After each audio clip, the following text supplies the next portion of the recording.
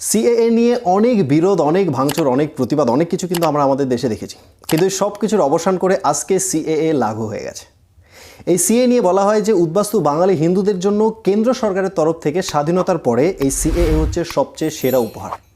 আর সেই সিএ সম্পর্কে আবার অনেকে বলছে যে সিএর কোনো প্রয়োজনই নেই, কারণ আমাদের কাছে voter card, Aadhaar card, ration card, PAN card সব কিছু আছে, ভোট দেওয়ার অধিকার আছে এবং রেশন পাচ্ছি, সরকারি সুযোগ সুবিধা পাচ্ছি, অর্থাৎ এইগুলোই হচ্ছে নাগরিকত্ব। তার মানে সিএ এর কোনো প্রয়োজন নেই, এটা শুধুমাত্র বিজেপি একটা রাজনৈতিক ফায়দা লোটার জন্য করছে। তাই দুটোর মধ্যে কোনটা সঠিক? তাছাড়া বলা হচ্ছে যে এই সিএএ একটা বৈষম্যমূলক আইন, কারণ সিএ এর মধ্যে শুধুমাত্র মুসলিম ধর্মের নাম নেই। আবার অনেকে কিন্তু তাসলিমা নাসরিনকে নিয়ে প্রশ্ন করছে, মানে তাসলিমা নাসরিনকে নিয়ে খুব চিন্তা যে তাসলিমা নাসরিন তো একজন মুসলমান এবং উনি বাংলাদেশ থেকে এসছে। তাহলে তাসলিমা নাসরিনের মতো যারা বাংলাদেশ থেকে এসছে কিন্তু মুসলমান, তারা কি তাহলে এই দেশের নাগরিকত্ব পাবে না?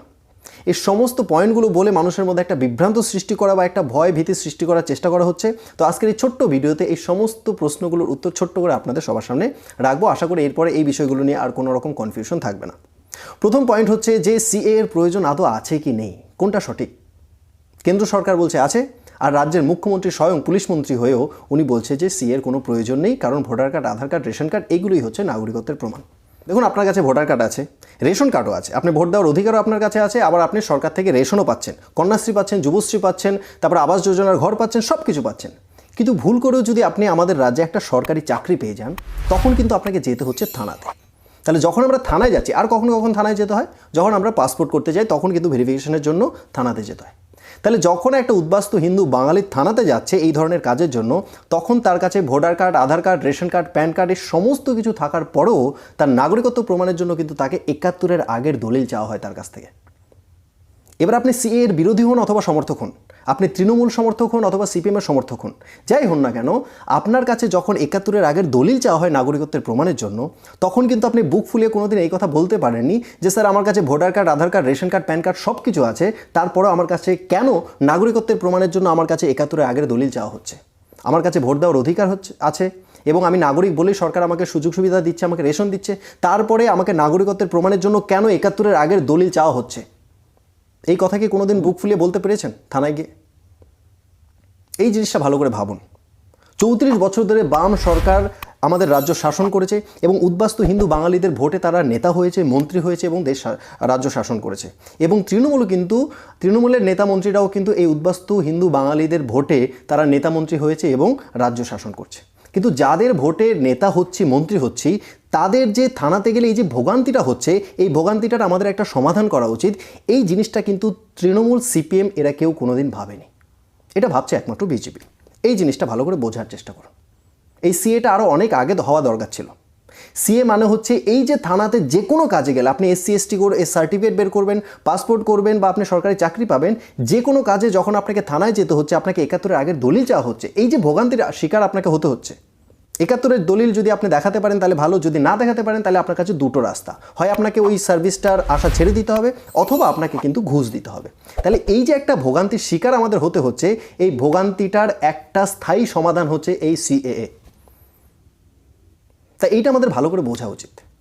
সিপিএম এবং তৃণমূল এই উদ্বাস্তু হিন্দু বাঙালিদের ভোটে ক্ষমতায় তো এসছে, কিন্তু এই বাঙালিদের এই যে ভোগান্তিটা, এই যে সমস্যাটা, এই সমস্যাটার সমাধানের চিন্তা এরা কোনোদিন করেনি। আর আজকে যখন বিজেপি এইটার সমাধানের চিন্তা করছে, স্থায়ী সমাধান, যে আপনার কোনোদিন আর এই ধরনের কোনো সমস্যার সম্মুখীন আপনাকে হতে হবে না, সেইটার এরা সমাধান তো ওরা নিজেরা যখন ক্ষমতায় ছিল তখন করেইনি। আজকে যখন বিজেপি করছে তখন কিন্তু ওরা এটার বিরোধিতা করছে এবং অপপ্রচার করছে, মানুষের মধ্যে একটা ভয় ভীতি ধরানোর চেষ্টা করছে। তো এই জিনিসটা ভালো করে বুঝুন। এবার যারা বলছে যে এটা একটা বৈষম্যমূলক আইন, তাদের উদ্দেশ্যে বলবো যে দেখুন, এটা কোনো বৈষম্যমূলক আইন নয়, বরঞ্চ এই আইনটা তৈরির প্রয়োজন কেন পড়েছে ভারতে, এইটা ভালো করে খেয়াল করুন। বাংলাদেশ, পাকিস্তান, আফগানিস্তান এই দেশগুলোতে অমুসলিমদের উপরে যে বৈষম্য হচ্ছে, তার জন্যই কিন্তু আজকে ভারতে সিএএ তৈরি করার প্রয়োজন হয়েছে। যদি আফগানিস্তান, পাকিস্তান, বাংলাদেশ এই দেশগুলোতে অমুসলিমদের উপরে কোনো রকম বৈষম্য না করা হতো, তাহলে কিন্তু ভারতবর্ষে আজকে সিএএ আইনের কোনো প্রয়োজনই পড়তো না। কোথায় বাংলাদেশ, আফগানিস্তান, পাকিস্তান এই দেশগুলোতে তো কখনো যে ভারত থেকে যেই সমস্ত মুসলমানরা অত্যাচারিত হয়ে আমাদের দেশে আসবে, তাদের নাগরিকত্বের জন্য আমাদের একটা আইন আনতে হবে, এরকম তো কোনো চিন্তাভাবনা চলছে না। কেন হচ্ছে না? কারণ ভারতে মুসলমানদের উপরে অত্যাচার করা হয় না। এবার যারা মুসলমান ভাই আছেন অথবা অনেক হিন্দু আছে যারা এই কথা বলতে পারেন যে এই যে বাবরি মসজিদ ভেঙে রাম মন্দির করা হলো, এটা কি মুসলমানদের উপর অত্যাচার নয়? দেখুন, ভারতবর্ষে 100 কোটির উপরে হিন্দু থাকা সত্ত্বেও আজকে রাম মন্দিরের জন্য একটা লিগাল প্রসেস ফলো করেছে হিন্দুরা, এবং লিগাল প্রসেস ফলো করে তারপরে আজকে রাম মন্দির তৈরি করা হয়েছে।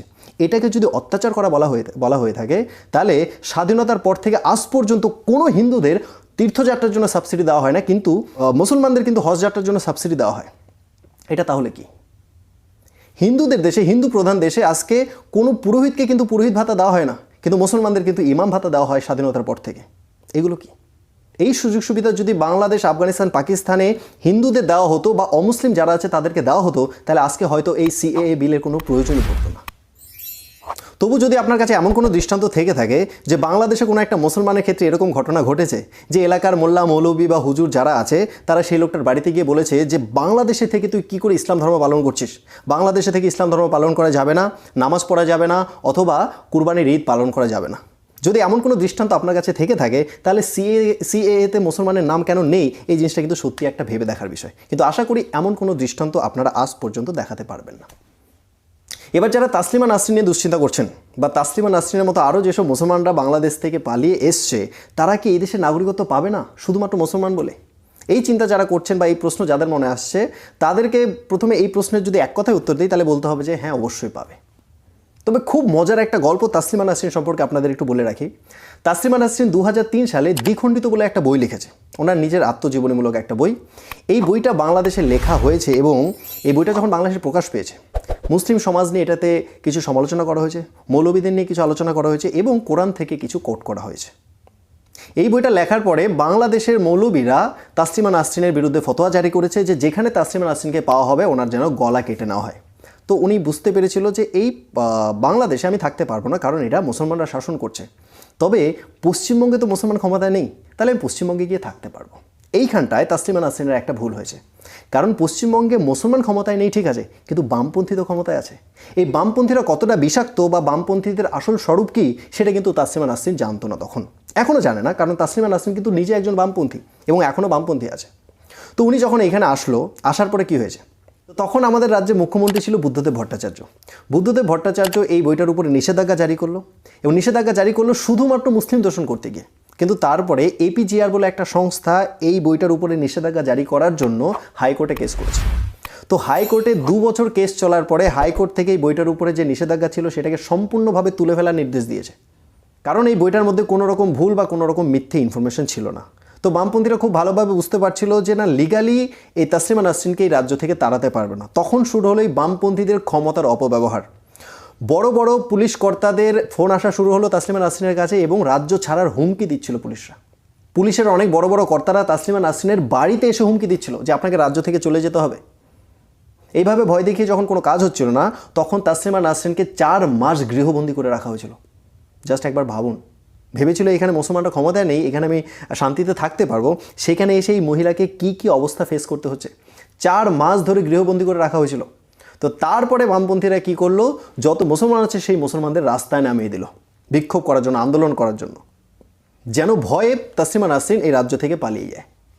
এমন বিক্ষোভ করা হচ্ছিল, তা মুসলমানরা তাসলিমা গো ব্যাক এরকম ব্যানার নিয়ে রাস্তায় দাঁড়িয়েছিল, এবং সেগুলোকে, সেই প্লেকার্ডগুলোকে কিন্তু টিভিতে দেখানো হয়েছিল। সম্পূর্ণভাবে কৃত্রিমভাবে এরকম আন্দোলন, এরকম একটা পরিস্থিতি তৈরি করা হয়েছিল রাজ্যের মধ্যে, এবং যেই বাড়িওয়ালা আছে সেই বাড়িওয়ালাকে দিয়ে ঘাড় ধাক্কা দিয়ে তাসলিমা নাসরিনকে এক কাপড়ে ঘর থেকে বের করে দেওয়া হয়েছিল, এবং তাসলিমা নাসরিনের হাতে একটা 1 ওয়ে টিকিট ধরিয়ে দেওয়া হয়েছিল। তো সেই মহিলা এই বামপন্থীদের অত্যাচারে, বামপন্থীদের মুসলিম তোষণের ঠেলায় এই রাজ্য থেকে এক কাপড়ে তাসলিমা নাসরিন চলে যাওয়ার জন্য বাধ্য হয়েছিল রাজ্য ছাড়তে। আজকে সেই তাসলিমা নাসরিনের মতো মুসলমানরা এই দেশে আসলে নাগরিকত্ব পাবে কি পাবে না, এই যে প্রশ্ন বামপন্থীরা তুলছে বা তৃণমূলীরা তুলছে, এদের কাছে আমার একটাই প্রশ্ন যে যদি এরা নাগরিকত্ব পায়, তাহলে যখন এই নাগরিকত্ব নিয়ে পশ্চিমবঙ্গে এই বামপন্থীদের নাকের ডগা দিয়ে তাসলিমা নাসরিন ঘুরে বেড়াবে, এই মুসলমানদের নাকের ডগা দিয়ে তাসলিমা নাসরিন ঘুরে বেড়াবে, তখন সহ্য করতে পারবে তো, মানতে পারবে তো? এই জিনিসটাও কিন্তু ভেবে দেখা উচিত। তাহলে মূল যে প্রশ্নটা থাকলো যে তাহলে বাংলাদেশ থেকে আসা কোনো মুসলমান কি এদেশে নাগরিকত্ব কখনো পাবে না? উত্তরটা হচ্ছে হ্যাঁ, পাবে। কারণ এই সিএএ বিল পাস হওয়ার আগে পর্যন্ত কি আমাদের দেশে নাগরিকত্বের জন্য অ্যাপ্লাই করার কোনো প্রসেস ছিল না? প্রসেস ছিল, কিন্তু সেই প্রসেসটা কি 11 বছর স্টে করতে হবে এই দেশে, এবং তারপরে 11 বছর স্টে করার পরে তার নামে যদি কোনো রকম বেআইনি গতিবিধি বা এরকম ধরনের কোনো কেস বা কোনো কিছু না থেকে থাকে, সে তখন নাগরিকত্বের জন্য অ্যাপ্লাই করার যোগ্য। আর সব কিছু ঠিকঠাক থাকলে তাকে নাগরিকত্ব দেওয়া হবে, সে যদি যোগ্য হয়ে থাকে। তার মানে মুসলমানদের জন্য যেই আইনটা ছিল, আইনটা এখনও একই আছে, অপরিবর্তিত আছে। কিন্তু যারা অমুসলিম, যারা পাকিস্তান, আফগানিস্তান, বাংলাদেশ এই দেশগুলোতে অমুসলিম বলে যারা নাকি নির্যাতিত হচ্ছে বা অত্যাচারের শিকার হচ্ছে, তার জন্য যারা এই দেশে আসছে আশ্রয়ের জন্য ভারতে, তাদের ক্ষেত্রে এই যে আইনগুলো, এই যে শর্তগুলো, এই শর্তগুলোকে ডাইলিউট করা হয়েছে, লঘু করা হয়েছে, অর্থাৎ শর্তগুলোকে কমিয়ে আনা হয়েছে অনেক। মানে প্রায় বিনা স্বার্থে যেন তাদেরকে নাগরিকত্ব দেওয়া হয়, এরকম একটা সুযোগ সুবিধা তাদের জন্য দেওয়ার চেষ্টা করা হয়েছে এই আইনের মাধ্যমে। আপনাদের আরেকটা তথ্য দিয়ে দিই, ভারত বাংলাদেশের যখন ছিটমহল সমাধান হয়েছিল 2014 সালে, তখন কিন্তু 14,868 জন বাংলাদেশিকে এই দেশে নাগরিকত্ব দেওয়া হয়েছিল। এবং এই 14,868 জন বাংলাদেশের মধ্যে কয়েক হাজার কিন্তু মুসলিম ছিল।